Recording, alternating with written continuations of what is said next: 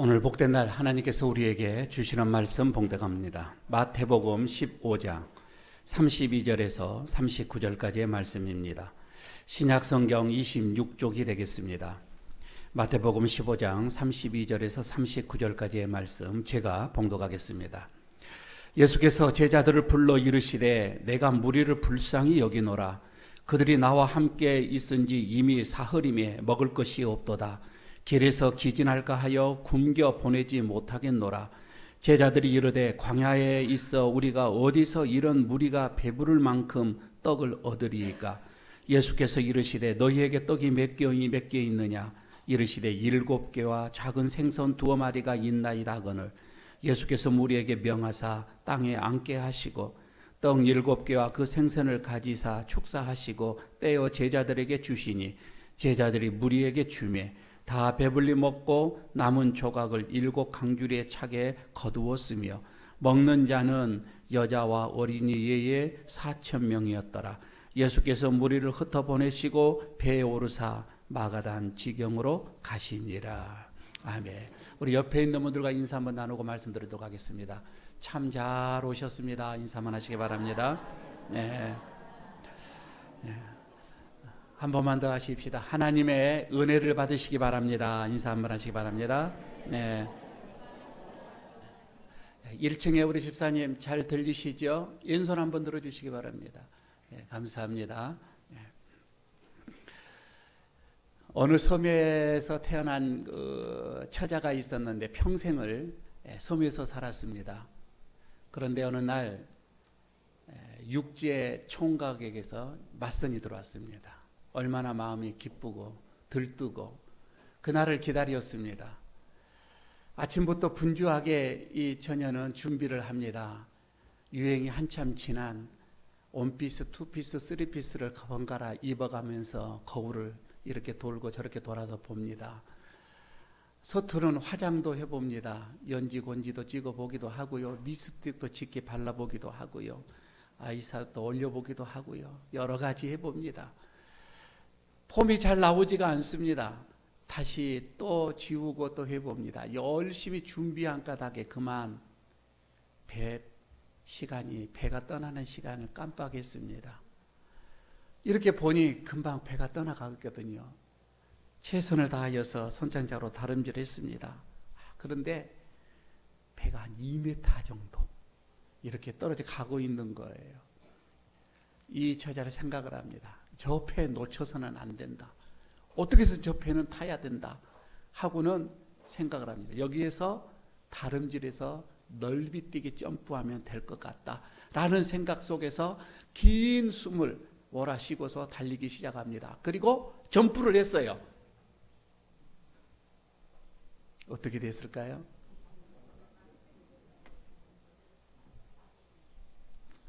여러 가지 생각이 줘갑니다. 그런데 제 생각에는 여기 온문에는 바다에 빠졌습니다. 빠졌어요. 허우적대고 있는데 다행히도 선원들로 의해서 건져냅니다. 긴 한숨을 쉬고서 그래도 처녀는 생각합니다. 다행이다. 가지고 가서 가게에서 옷 사면 되고 화장 다 뭉그러진 거 미용실에 가서 다시 하면 되고 이제 이 생각 저 생각 하고 있는데 선원이 얘기합니다. 아가씨 10초만 기다리지. 배가 10초면 도착하는데 왜 그렇게 벌써 뛰었어요? 배는 떠나간 배가 아니라 들어온 배였습니다. 왜 제가 이런 얘기를 들으냐면 우리는 너무 생각이 조급해요. 조금만 생각하면 될 건데 너무 조급하다 나머지 하나님의 말씀보다 더 빨리 나갑니다. 하나님의 말씀은 분명 조금만 기다리면 이렇게 주시는데 우리 생각에 조급하여서 판단하고 그래서 우리 물에 빠질 때가 얼마나 많이 있었습니까? 청피당할 때가 얼마나 많이 있었느냐 이 말씀이에요. 지난 한 주간 여러분 얼마나 우리 감사 생활했습니까? 맥주 감사절을 우리가 보내고 한 주 동안 감사합시다 했는데 우리는 그렇습니다. 잘 잊어버리는 그런 습관이 있어요. 그래서 오늘도 또 주님께서 말씀합니다. 범사에 감사해야 되지 않겠느냐. 매사에 감사해야 되지 않겠느냐. 이렇게 말씀을 하고 있습니다. 오늘 본문의 내용의 배경은 이렇습니다.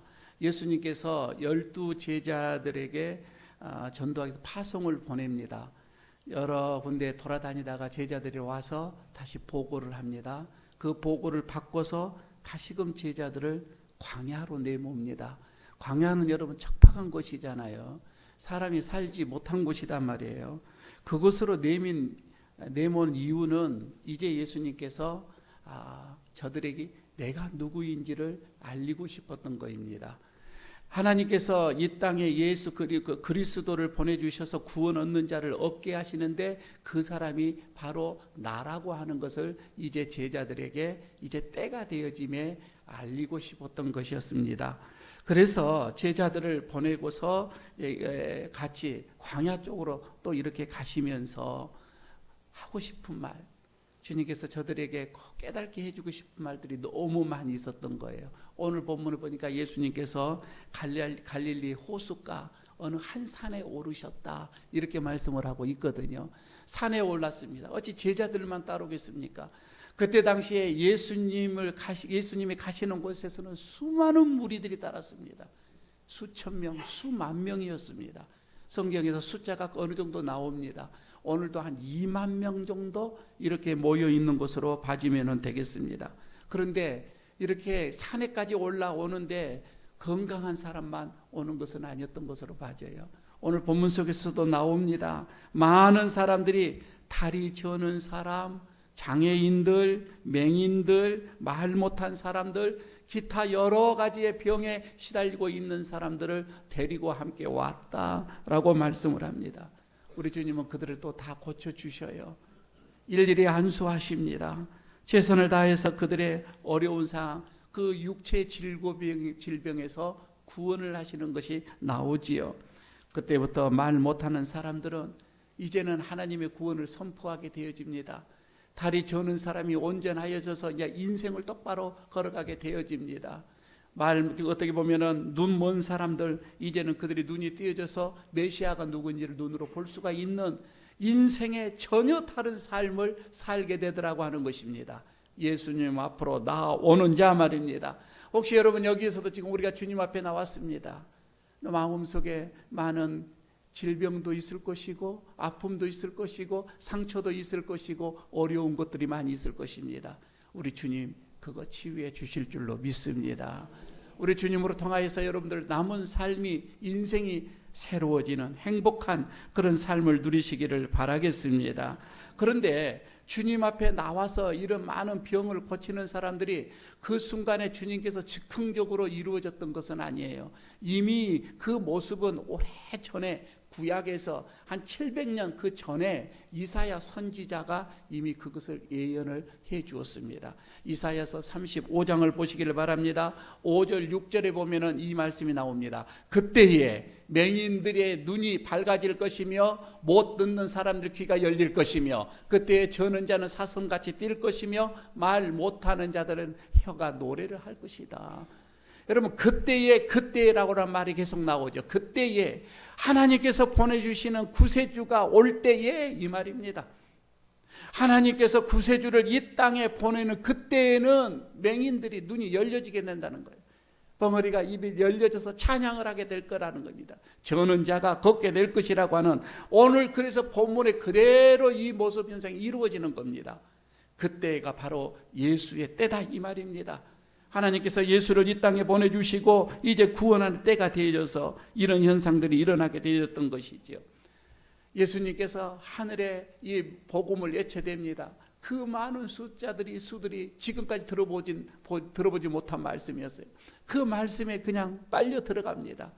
얼마나 예수님의 그 말씀에 집중하고 침체했던지 사흘이었습니다. 사흘을 같이 함께 하면서도 그들은 집에 가려고 하지 않았습니다. 문제는 그들이 가지고 준비해 놓은 식량이 다 고갈이 된 거예요. 도시락 한두 개를 가지고 왔는데 그거를 그냥 다 소진한 상태 속에서도 그들은 주님의 말씀에 청종을 하고 있는 것입니다.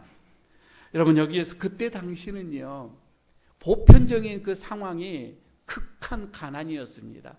여러분 우리는 지금 먹는 것에 그렇게 굶주리며 배고파하며 그게 얼마나 있을까요? 있기는 있겠지요. 우리가 알지 못한 우리 주변에 보면은 이웃들이 있기는 있습니다. 그러나 보편적이지는 않다 이 말입니다. 그러나 그 당시는 보편적인 게 가난이었습니다. 보편적인 게 굶주림이었었습니다. 많은 사람들이 그 굶주림 상황이었는데 우리 주님 그것을 봤습니다. 자, 32절을 보시기를 바랍니다. 그 무리들을 보시는 예수님은 어떻게 보셨는가? 32절 여러분 같이 함께 읽도록 하겠습니다. 예수께서 제자들을 불러 이르시되 내가 무리를 불쌍히 여기노라.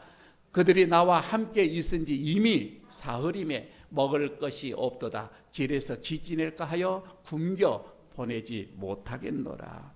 이 말씀은 뭐냐면 지금 이방인들이에요. 예수님에게 모여있는 사람이 유대인들이 아닌 이방인들인데 이방인들을 향하여서도 우리 예수님의 긍휼의 마음, 불쌍히 여기는 마음이 있는데 제자들 너희들도 그런 마음을 가져라 이런 의미가 되겠지요. 하지만 제자들은 예수님처럼 그런 사람들을 바라볼 때 긍휼의 마음이 아니에요.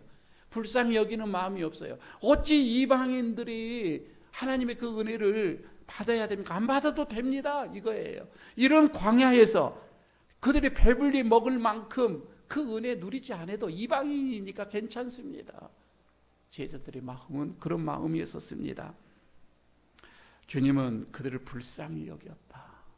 여러분 여기서 불쌍히 여겼다라고 하는 것이 어떤 마음입니까? 옛날에는요 그때 당시에 그러니까 고대 헬라에서 이 글이 쓰여졌을 때에 불쌍히 여기다 그 말은 내장을 의미해서 사람 속에 있는 내장 이것을 불쌍히 여기다 했었어요. 본래가 왜 그러냐면 옛날에는 우리가 그 감정이라는 것이 우리 속에 이 내장 속에 있다라고 생각을 했을 때입니다. 그런데 시간이 흐릅니다. 100년, 200년 쭉 흐르다 보면서 이 불쌍히 여기는 것은 감정의 표현이다. 이걸로 이제 그 뒤에 바꿔진 거예요. 그러니까 예수님께서도 불쌍히 여긴다라고 하는 것은 그 사람의 겉을 보지는 않고 그 속을 보시는 거였죠. 예수님은 무리들의 그 속을 보시면서 굉장히 마음을 아파했어요. 외적으로는 어떻게 보면은 화려할 수도 있는 거예요. 좋은 옷을 입었고요. 외적으로는 여러 부족함이 없이 보입니다. 건전한 직장이 있습니다. 사업이 있습니다. 여러분 우리가 누리고 있는 명품으로 누리고 있고요. 또 그렇지 않으면 타고 다니는 차를 보고도요. 전혀 괜찮은 모습이에요. 그러나 그 속을 보니 우리 주님께서는 그 속이 다 문드러져 있는 거예요. 불쌍히 여길 수밖에 없었던 거예요. 불쌍히 여기다. 그래서 이 단어는 사람들 간에 쓰는 단어가 아니었습니다. 성경에 보게 되면 하나님이 인간을 볼 때에 그런 감정을 쓴 단어였었습니다. 특히 탕자가 돌아올 때에 자기의 재산을 다 소진하고 아버지에게로 돌아올 때에 아버지가 그 탕자 아들을 보고서 뭐라 합니까? 측은히 여겼다라고 나오거든요. 그 측은히 여겼다는 단어가 이 단어입니다. 똑같은 단어예요. 불쌍히 여겼다 이렇게 말씀을 하고 있거든요. 또 사마리아의 이 사람이 강도 만난 사람을 만났습니다. 사실 그들과 관계는 좋지 않는 관계죠. 그럼에도 불구하고 사마리아 사람은 그 강도 만난 유대인을 보고서 불쌍히 여겼다라고 했을 때 같은 단어를 사용을 했습니다. 그러니까 여러분 여기서 불쌍히 여기다라고 하는 이 말씀 속에서 우리 주님께서는 우리 인간들을 바라볼 때 강도 만난 자고 그리고 세상에서 다 어떻게 보면 실패하고 주님 앞에 돌아오는 자, 주님 앞에 오는 자를 주님께서는 긍휼히 여기었다 이 말입니다. 마음으로 말입니다. 속으로 긍휼히 여기는 그 내적 상태입니다. 굉장히 마음 아파하셨습니다. 우리들이 당하는 고통, 우리 주님도 그것을 느꼈다 이 말입니다. 내가 아파하는 그런 슬픔도 우리 주님은 그것을 같이 느꼈다 이 말이에요. 불쌍히 여기셨다. 그런데 제자들을 보십시오. 영적인 것이 둔감하다 보니까 이 감정을 못 느낍니다. 제가 늘 여러분 얘기를 하잖아요. 공감 능력이라고 하는 상대방과의 감정을 같이 공유할 수 있는 능력이 우리에게 있어야 되는데 여러분 우리는 그게 없습니다. 저 사람이 기뻐하든 그 사람이 뭐 슬퍼하든 나와 관계가 없어. 여러분 이러면은 이건 예수 믿는 사람들이 치명적이에요. 우리는 그러지 않아요. 같은 슬퍼할 때 같이 슬퍼해 주고 즐거워할 때 같이 즐거워해 주고 여러분 이런 마음이 우리들에게 있어야 된단 말이죠. 이 공감 능력인데, 근데 제자들은 그렇지 않아요. 지금 얼마 전만 해서도 오병이의 기적이 있었어요. 오병이의 역사를 경험을 했다 이 말이에요. 그런데 그것도 깡그렇게 다 잊어버립니다. 그리고 나서 지금 오늘 여기에서 다시 이 똑같은 그 상황이 벌어졌는데 부정적인 얘기를 하는 거예요. 어디에서 이 많은 양식을 갖다가 저들을 먹일 수가 있습니까? 아니 그 경험은 했잖아요. 어떻게 보면은 이 제자들의 모습이 오늘 우리들의 이런 모습이 아닐까, 우리들의 마음의 모습이 아닐까, 이런 생각을 해봅니다. 이때에 우리 예수님께서 제자들에게 말씀을 합니다. 너희에게 떡이 몇 개나 있느냐라고 이렇게 묻는 게 나오지요. 그들이 가져온 7병이에요. 보리떡 7개 정도, 생선 한 2마리 정도. 여러분 이것 가지고서 또 큰 기적을 일으키는 게 오늘 본문의 내용입니다. 여러분 여기서 간단하게 우리가 생각합니다. 우리 주님께서는 유대인들만 사랑하는 것이 아니라 이방인들도 똑같이 저들에게도 예수님께서는 생명의 떡으로 주님은 다가섰구나라고 이렇게 볼 수가 있겠지요. 자기의 민족의 백성들만이 아닙니다. 이방인들에게도 똑같이 생명의 떡으로 우리 주님은 오셨다고 하는 것입니다. 그리고 여기에서 또 하나는요, 우리 예수님께서는 우리에게 오셨음이 꼭 영적인 구원만이 아니라고 하는 거예요. 지금 여기서 육체적인 배고픔, 육체적인 어떤 이런 질고, 육체적인 필요까지도 채워주시는 분이 예수님이다 이 말씀입니다. 또 하나가 있습니다. 여기서 보게 되어지면 우리에게 이 만족, 여러분 이 만족이라고 하는 것은 언제 느껴집니까? 배부를 때 참 만족하다라고 느껴질 거예요. 여러분 우리가 주님 앞에 나갔을 때 여러분 이 만족함, 이 기쁨, 이 즐거움이 있더라 이 말입니다. 또 하나가 있습니다. 장소입니다. 그것이 어디든지, 그게 산이든지 들판이든지 관계가 없습니다. 거기 갈릴리 바닷가든지 장소에 관계하지를 않습니다. 거기가 어디든지 어떠한 곳이든지 관계없이 주님께서는 우리를 영원히 만족함을 주시더라 이 말입니다. 여러분 우리가 큰 교회, 의리의리한 교회에 가야 만족함이 있습니까? 아니잖아요. 상가 같은 조그만 교회 가서도 거기서도 참 만족이 있을 수 있습니다. 주님 앞에 가는 게 만족이다 이 말이에요. 장소가 문제가 아니라는 겁니다. 나는 이제 나이가 먹어서 아니에요. 어린 아이든 어르시든 관계없습니다. 주님 앞에 오는 그 순간이 만족이다 이 말이에요. 시간과 장소와 어떤 상황에 관계없습니다. 그리고 우리 주님께서는 우리의 모든 삶을 다 책임지신다 이런 말씀이죠. 저들이 기진하여서, 여러분 기진한다는 말은 양들이 푸른 초장을 찾다 헤매다가 찾지 못해서 곧 쓰러지는 그 직전이에요. 그거를 기진하다 이렇게 표현을 합니다. 그러니 여러분 우리들이 한번 생각해 보십시오. 먹을 것이 없어져 곧 기진해서 죽습니다. 곧 쓰러지는 그 순간이에요. 주님이 저 기진하여서 쓰러질까 봐, 죽을까 봐 그대로 못 보내겠다 이 말입니다. 여러분 우리의 인생이 이렇게 기진해서는 안 되겠지요. 주님 앞에 나오면 그런 기진함도 만족함으로 바꿔질 줄로 믿습니다. 이게 주님께서 우리를 책임지신다는 겁니다. 오늘 이 한 시간에 주님은 저를 통해서 여러분들에게 묻습니다. 여러분 대답 잘 하시기를 바랍니다. 여러분이 가지고 있는 떡 몇 개입니까? 오늘 주님이 묻습니다. 그런데 또 여러분들 또 생각하게, 내 지금 내 떡을 세고 있는 분 계시죠? 통장에, 이쪽 통장에 얼마, 이쪽 저쪽 부동산 얼마, 또 여러분 좀 세고 계시는 분인데 그게 아니에요. 주님께서 여러분들에게 떡이 몇 개 있느냐라고 묻는 그 질문, 여러분들 재산이 얼마인지 몰라서 주님이 묻는 게 아니에요. 여러분이 가지고 있는 것이 얼마인지 몰라서 주님께서 묻는 게 아니라 이 말입니다. 이거는 주님께서 처음으로 창세기서부터 묻는 질문이었어요. 하나님이 아담에게 그렇죠. 아담아, 네가 어디에 있느냐? 몰라서 묻습니까? 알고 있단 말이에요. 근데 아담은 대답합니다. 내가 벌거벗어서 부끄러워서 나무 뒤에 숨었습니다. 아니, 주님께서 그 나무 뒤에 있는 걸 몰라서 묻는 게 아니잖아요. 그런데 그렇게 대답을 하고 있어요. 가인에게 묻습니다. 가인아, 너의 아들, 너의 동생 아벨은 어디에 있느냐? 몰라서 묻습니까? 이미 죽은지를 안단 말이에요. 내가 동생을 지키는 자입니까? 또 이렇게 대답을 합니다. 그 대답을 듣고자 주님이 묻는 게 아니잖아요. 오늘 여러분들에게 묻습니다. 여러분들이 가지고 있는 떡이 몇 개입니까? 재산을 묻고자 하는 게 아니에요. 내가 어느 정도 있다라고 하는 것을 묻는 것, 여러분 그게 묻자고 하는 게 아닙니다. 오늘 주님께서 너희가 가지고 있는 떡이 몇 개냐, 이 질문은 인간의 한계를 알아라 그 말입니다. 이게 첫 번째입니다. 사람에게는요, 세상에 한계가 있다 이 말입니다. 여러분, 우리가 바닷가를 가보십시오. 아무리 바람이 불어오고 태풍이 쳐도 바다 물은 한계가 있어요. 더 이상 넘어오면 안 된다는 거예요. 넘어올 수가 없어요. 여러분, 왜 그럴까요? 그게 한계예요.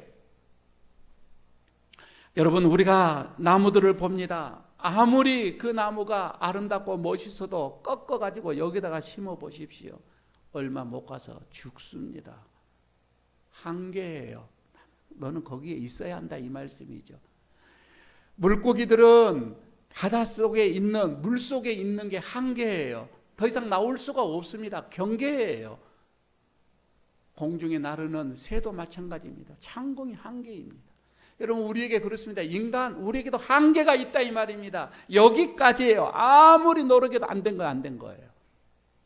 너에게는 한계가 있다 이 말이죠. 우리 인간에게는 하나님이라고 하는, 여러분, 이 품 안에 한계. 왜? 하나님이 그렇게 지었다 이 말입니다. 모든 만물을 하나님께서 그렇게 지으셨어요. 특히나 우리에게 한계가 있다고 하는 것은 여러분 숫자의 한계입니다. 여러분, 우리는 숫자 노름을 많이 하잖아요. 그래서 누가 많고 누가 적고 이런 숫자 노름을 하는데 아니에요. 그런 숫자를 따지는 사람들에게 우리 주님이 네가 그거 몇 개나 되느냐 묻습니다. 그게 몇 개나 있느냐. 다시 말씀드려서 너희의 소유가 얼마가 되는지를 지적하고 있는 것인데, 억만장자라 할지라도 여러분, 우리 주님께서 보실 때에 그건 몇 개예요. 그냥 우리가 봤을 때 많은 것처럼 느껴지지만 주님은 그거 몇 개라 이 말입니다. 수조 원의 어떤 여러분 우리의 부동산을 가지고 있다 할지라도 그는 몇 개로 셀 수밖에 없어요. 그래서 날도 그렇잖아요. 우리는 첫날이지만 주님은 한 날이 될 수 있는 거예요. 우리에는 이 세상에 또 뭐 한계 있습니다. 한계를 기억해라 이 말입니다. 제자들이 말씀을 합니다. 대답을 합니다. 떡 7개가 있습니다. 34절에 그렇게 얘기를 하죠. 생선에 절인, 소금에 절인 생선 2마리가 있습니다. 여러분, 인간은 아무리 가지고 있어도 이렇게 한계가 있다라고 하는 것을 오늘 여기서 말씀을 하고 있습니다. 시간의 한계를 여러분 보십시오. 지금 사흘이잖아요. 사흘이 지났다고 했죠. 사흘 동안에 인간이 아무리 가지고 있어도 그 사흘 동안 어떻게 방법이 없습니다. 다시 소진되어버린 거예요. 사흘을 넘기지 못하는 것입니다. 시간의 한계입니다. 둘째, 공간의 한계입니다. 자, 여러분, 산 위에 올라왔습니다. 들판입니다.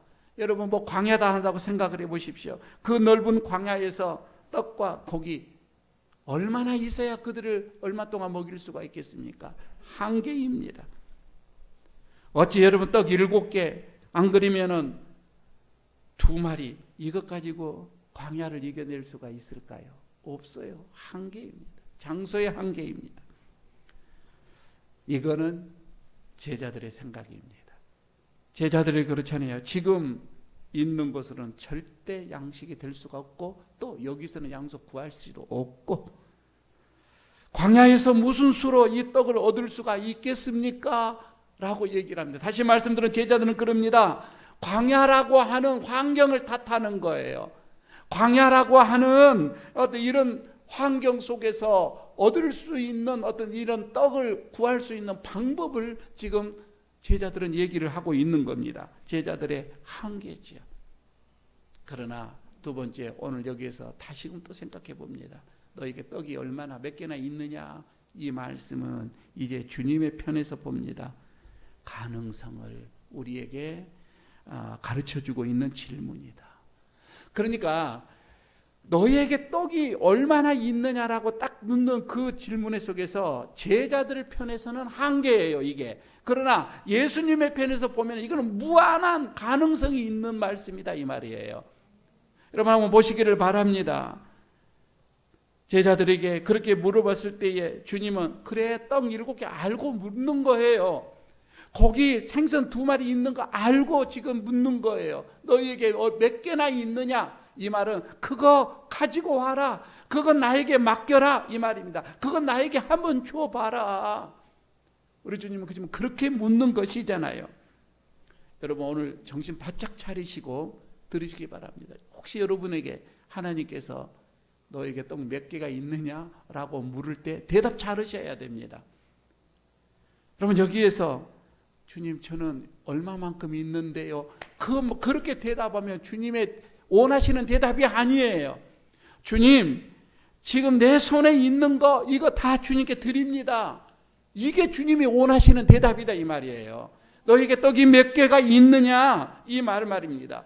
그러니까 이거는 주님 거입니다. 주님께서 원하시면 드리겠습니다. 그런 생각과 그런 사상과 그런 어떤 다짐을 가지고 주님을 따르라 이 말씀이 되겠지요. 그러나 너희에게 떡이 몇 개 있느냐라고 했을 때 몇 개입니다. 여러분 대답할 필요 없어요. 그렇게 대답할 필요는 없습니다. 주님이 다 아신다 이 말입니다. 그냥 얼마가 됐든지 간에 몽땅 이거 주님 것입니다. 주님께 드립니다. 이렇게 여러분 우리가 대답을 했을 때에 주님은 우리의 한계성을 넘어 이거입니다. 영원한 주님의 가능성을 그것 가지고 나타내신다라고 하는 것이지요. 큰 기적을 나타내게 되어집니다. 여러분 주님께 가져왔습니다. 주님이 그거를 가져가시던가요? 아니요. 주님 관계없습니다. 주님은 바로 얘기합니다. 나누어 주어라 이렇게 얘기합니다. 주님은 나누어 주라고 합니다. 왜요? 쌓아두면 썩을 수밖에 없으니까. 쌓아두면 곰팡이 기를 수밖에 없으니까 그걸 나누어 주라고 말합니다. 그런데 희한한 것은 나누어 주는데 기적이 일어납니다. 나누어 주는데 놀라운 일들이 일어납니다. 그래서 주님께서 말합니다. 나누어 주는 자, 후히 주는 자, 아낌없이 주는 자, 그들에게 내가 후히 주고 누르고 흔들어서 안겨주리라. 여러분 우리 교회가 3년째 오병이어의 행사를 지금 하고 있습니다. 이 지역에 어려운 우리 가정들을 돌보며 그들에게 전기세 좀 내드리자. 그들에게 어떤 수도세, 상수도세 이걸 우리가 대납을 하자. 이 운동을 해서 지금 우리가 어렵지만 힘들지만 우리가 33가정 올 100만 원씩 하고 있잖아요. 자, 여러분 우리가 주님 앞에 주님 이거 주님께 드립니다라고 했을 때 주님은 아무것도 아니지만 그걸 가지고 놀라운 기적을 일으키시더라 이 말입니다. 사랑하는 성도 여러분, 보리떡 7개, 생선 2마리 여러분 가지고 있어 보십시오. 무슨 일이 납니까? 그거 내가 꼭 쥐고 있어 보십시오. 밤낮 그 모양으로 있을 것입니다. 계속 보리떡 7개로 있을 것입니다. 생선 2마리가 계속 있을 거예요. 여러분 그 씨앗을 내가 꼭 쥐고 있어, 귀한 씨앗을 쥐고 있어 보십시오. 맨날 며칠 그 씨앗 들고 있을 것입니다. 과감하게 뿌려야지. 밭에다 심어야지요. 그걸 썩게끔 해야지요. 여러분 바로 이거입니다. 작지만 우리가 주님 앞에 우리가 내어놓았을 때에 주님께서는 그것을 가지고 먼저 하나님께 감사합니다. 그리고 사람의 생명이 넉넉한 소유에 있는 것이 아니라고 말씀을 합니다. 작은 것을 가지고 감사할 때에 진정한 여기서 기적이 일어나더라 이런 말씀입니다. 주님의 은혜는 이렇게 항상 풍요롭습니다. 주님의 은혜는 풍요롭게 우리에게 안겨줍니다. 주님은 떡 7덩어리, 물고기 2마리 이걸로서 여자들 그리고 아이들을 제외하고서 장정 남자만 4,000명을 먹이고도 남겼다고 했습니다. 좋기 2만 명이에요. 좋기 2만 명을 먹이고도 남는 그런 기적을 여기서 베푸르신 겁니다.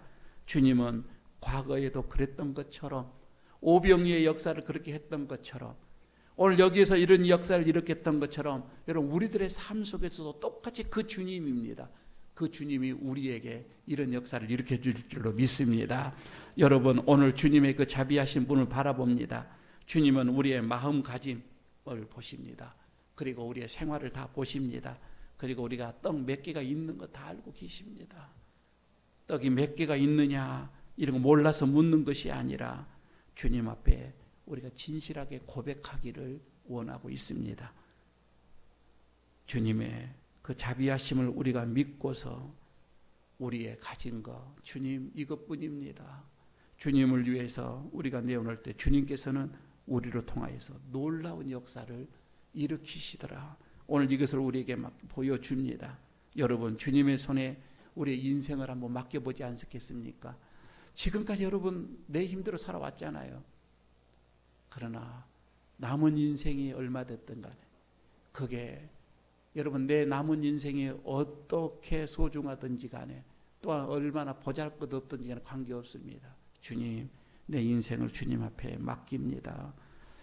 여러분 그런 맡긴 우리의 인생 우리 주님께서는 칠병이의 놀라운 역사로 우리에게 응답해 주실 줄로 믿습니다. 그래서 축복의 제1원리가 순종이라 오늘 본문의 말씀입니다. 주님은 과부의 2렙돈을 보셨습니다. 많은 부자들의 헌금보다도 이 사람이 과부가 드려지는 2 헌금이 더 크고 더 큰 거다. 이렇게 칭찬을 해 주셨습니다. 여러분 바울도 그렇잖아요. 그가 그렇게 인생을 자기의 세상에 원한 대로 그는 준비하다가 마지막에 예수님을 만나고 내 인생 주님께 드리겠습니다 하고 인생을 드릴 때에 40명이 머리를 깎고 바울을 죽이겠노라고 다짐을 하고 준비를 해도 바울 눈 하나 깜빡하지 않습니다. 그만한 담력과 담대함으로 그는 살아가는 것을 보게 되어집니다. 여러분 우리가 십자가에서 회개한 우편의 강도 보십시오. 그 순간이잖아요. 그 순간에 자기의 신실한 마음으로 주님 앞에 인생을 맡겼더니 낙원이 보장이 되어졌습니다. 오늘 우리 묻습니다. 환경 탓하지 마시기 바랍니다. 조상 탓하지 마시기 바랍니다. 부모 탓하지 마시기 바랍니다. 지금 있는 순간 이대로의 모습으로 주님 앞에 서기를 바랍니다. 그리고 주님이 원하시면 마음껏 시간 들이시고 나의 남은 삶 우리의 인생을 들이시고 보리떡 몇 개 있는 거 주님이 원하시면 그것도 드리시고 그리하여서 여기에서 우리의 참 자족함, 참 기쁨, 참 만족 그리고 놀라운 하나님의 그 역사를 체험하는 여러분들의 인생이 되시기를 바라겠습니다. 오늘 이런 감사의 기적이 여러분들의 삶 속에 일어나기를 축복합니다. 아버지 하나님